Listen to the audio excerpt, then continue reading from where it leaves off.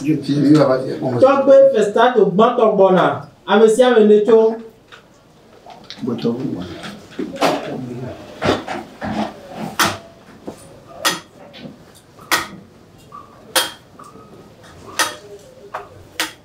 Ok, là, pour moi. Oui. Non,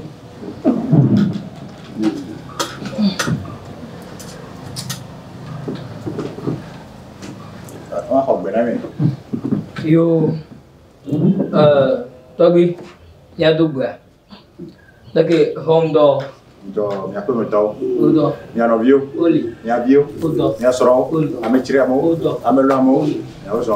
yo lo, bữa đó nó lo, bữa đó cả tao. Ame chia Fousseni. Togi. Ba các phim nhà kia, mình chỉ về mà cà phô, là bên đó mình sẽ đó nào lấy chỉ na sukua, khi mà mình cái nhà mình sẽ có về lấy đó, về na ha về suku via wa, tụi bốc phụ yêu hồ ia, chỉ lâu bom chế, rồi về đó nào, chua, rồi bên gì, bên những tóc bên nhà tắc bên nào. Lê khai là vô quả nên là gì gì này rồi. Tôi biết mà đặt bơ. Anh chị em rồi. Tao biết mà tao. Đôi chủ đó. Nhà máy tech boy sớm có Trung Quốc. Mình na hao do chỉ là số qua. Với chỉ bỏ ra. Nó vào pa. Lê khai vô lệ nên nhà cũng mà sẽ. Belle bon. Yo, Togi, apa? Togi mia, punya vent tondo, avi maji, ada suku, avi maji, ada suku. Togi po vinha da, suku tato, ika banana, via chi chao ba, nfialo ba, umakawan na pungwa. Po mi suku tato orang mera. Sudah tu ahatia, belvia ka, dofi, de via ha, do pong sasa, mo pong ka glo, po, nyama semu, nenya leka kujona kukui, iya, you find jonya de via ma, nema semu le bo, eta mabaru, sukuta tobli bo, ika banyane avia, ntialawa, yente va zan banana demnya. Tapi, nema kuina, kuku va ajile, nya de via ma. Aku mau kau namu, ye mak ku aku, nada mana? Apa nabi? Engkau. Muka kau nyawa lola, anong mafia. Menyang no tote koyu. Le tien est fou là sur. Le tia madre. Le tia madre.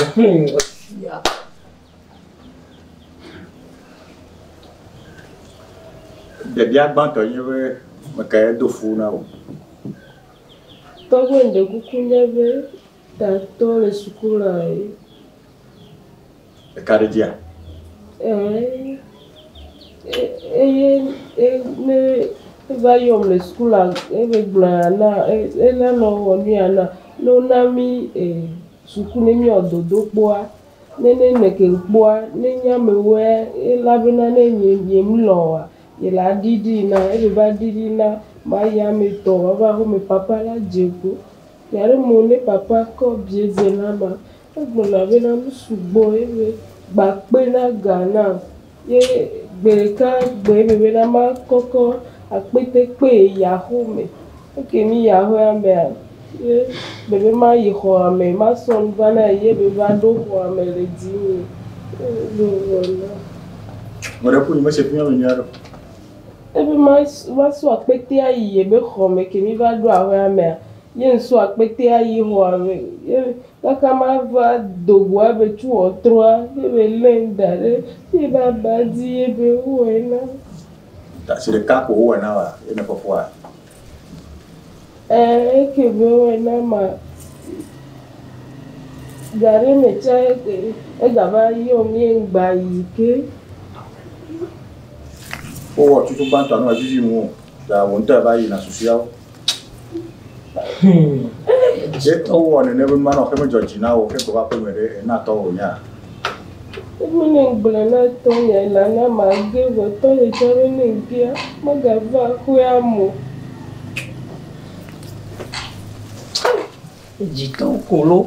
Jitoko. Ametia Fousseni. Togo mugudo. Oko tere jinye via de me kafo dongo. Le menya be le nuya ihe wole a petrozwa dongolo. Pe enyemi rivo e ko yibo donu. Wa ne ma ko acho nyame hade. Ndibe ma se mo medo. Tamenyo wa apeno vie long le gbe horatio. Ka onu ma se. Lo Togo mugudo manda pe. Togo ma do ta flachi ba nana konya hede konya shialo mana. Ko fofome ko shialo mana. Nyama dribe ma we ala. Aka azu devie yo joa. Egbena de kuku hane ba mia awi kaka nyama we kpota Pa me me ko na mu kuku na we wa mu ka. Nyama de kuku ne ba yo va menene ma kwa. Nya da she mai da ribo. Nya gbele ku me ni. Nya bu mu na ya ko. Kaka de via ba awo. Manyawo kwa fima obrona la ba ya ba gbele fufumba awo mate kuku ko ma tojo ada kuku na papa ba Na me tia Fousseni. Nous comme on laisse c'est le bon on e be odo alobele e fuwa do vanango me yi na mo e go me nyebe lekeleke onya e fuwa ara honi ko ta ne me seme ya ele dokio nu de we ye datui o to wi mano nyeo Fiam vinema. To mi fiam vinema. papa me de kukula sia kuku de mo Black but do money what? A black but do money what? e nu fiala ga Fousseni to wi nya tere jinye nya te feme ya be jodo fiaro da woni ba isuku ye e khosusu ya me wole ya ne be se be jogo nya wa isuku koko o fofu fia e ka je be de ko susu ya ke wa wo e wa hu mo ne wa isuku koko ate wa wa to wi de ko makhlai balati na le shi da shina dupo ya mutai ge fiaro kana apai mona ma na ni to ma cha baba ni boy ta ai de lo kwa fa ge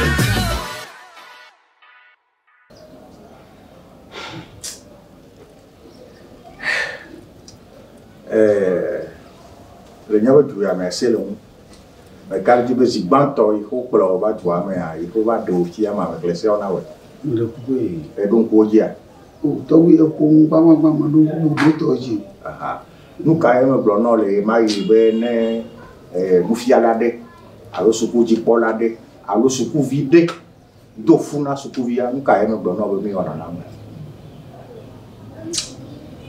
to wi ma de kuku de mana ya ina kunwa kun shugo ye pas ma couche à tout pour me vivre le mari. Kaka. Oh oui, madame, beaucoup de moi. Ne me sais pas beaucoup à gagner, c'est que ma soeur n'a pas les mailles. Il dit Kaka m'a beaucoup de Ceuta. Na attentive nan quoi ma pardon ito ma pardon wa isu quoi bare soro la sio alo soro la sio e o son la sini to soro ne la sio o ko fabri mo la sini ah me son ya gba betu mo na final la gba betu mo na final papa ko ji ku ku de mo le no la papa betu je soro ton le ya to bi me ku e soro version la première o nya mucho le que we fwa wa o menya kam o menya que donc ma proveniente suya tiam vinema fica ka fina bodu mane tiam vinema fica ka fina bodu mane o vivia hamu nous il le menye be to revele ye dialecte que on yeme réfléchir on dongo ye won ton ta gba kaka ne dawoji bora bu kai ma te wa wona ya ha ya probe sia awa do to bi me ne na mai ya o me do ba nka te wo ha wa o mo ble dongo ba he ko nye shi fa he ko nye shi ni mo ji ba mara kana si afio afi jo bo veto va ya la mo de kuku ga ni we ka ji kuku de ate wa wonya ya konto na pole ke to le ji kuku to bi mo ba de kuku ne bu ele producho ele pese ta esea apo mblan papa mana enu ke le be vere na menye be ne wo suku jipola ne dofu suku vi ihe le titi na suku be suku ko susuya ihe awa to po ayi le suku ko e ko fu ko toni e ke wa de kia ma ka ten wa ayi le suku jio le wo suku jipola ne me to na wo le ne mu fiala ba wo de le suku vi o ba wo de nkamia wo na wo ewu abe e to porola ewu abe posi e wo nto ne lu gbegble wo ake ma me do la ke to na na me susuya ne fofo ne do ne wa bu ta nu hele me nye be me krese ono ba yi be he go pro ba wa de fia o ba de fia ma me krese ono e to ke hele me e ne be nya lo de ka to apo Pique mille lo de ga e don agbe no wo que si no yo que la sio ka fi le ga me ya nya ko po fun wa pe de ya o gbe ni gani to bi taflati apo lo su mo ba me de kuku re taflati e village son hala si me taflati do me de mo gbe ma khwe kaka me de kuku re ba ta me de kuku re ba ta me de kuku sia no nye be ni ga didi pe asuso ha na nya be doble na yi suku jipola be do ife wo ele ya suku jipola be do agble no egbe amaga si agbana je do agble no wo le eto wa me ya ne mi ade ji no kaka goloa enye pe de ka osida de ka nkeke de ka kapopo de ka ni ade le ji no egbe yen jaji padagba o Tambe. ni papo be ni awo de yen oji Yo tambe Lycée. de sukunema papa de sukunema papa me de kuku la bo pa poto gbe ni na mi awo de me jo de vi wo ti aya mi esia papa me de kuku no sia como me auge o papa me nya glo no la me nya wa eso me tama bunjumwe ewe wa me tama bunjum de vi aba ti aya me de kuku sia Merci. Me gwa na to gwa pogo. C'est de la canfia. Ou vie, tu es venu, au café le dégât. Mais qui peut devenir Fuji Pop? Un de fou, Macano Fuji Pop. Hein? Finalement. De ma banque, il doit have blanc. C'est à oui, ma wa pour de fois près du dia. C'est à me te coucou. Papa, papa me te coucou. On me senya, sur la main. Sur le senya. C'est à l'été, il n'a pas de ma moto. Chami. Chami. Agol. T'as bien à Jojo. On a dit Togo yoga ma fio. Mijo, no allez. N'entend bon à pas. Tiens. Viens, bisum. Vi, le Dio, la Dio. Le yodara mon pour nous. Nous ça me dit la baba. Nous ça me dit la baba. Et yellow, pas fiva pour Nicolas. Pas hier, me ne va pas nous cuter. Sobijo. Sobijo, yento wana Tobia Poga. Papa, vous nous les tuez, mais ma foi de que si vous. Ma bonne Poga. Ah, que si l'on voit le vidéo. Il y a le vidéo de Mora. Zomaïda, oui, plus au Maïma. De ma bonne organisation encore. Zomaï. Donc, comment de Kukuno? Bon, Mora. Nous fions la place au couvio. Mais au bon,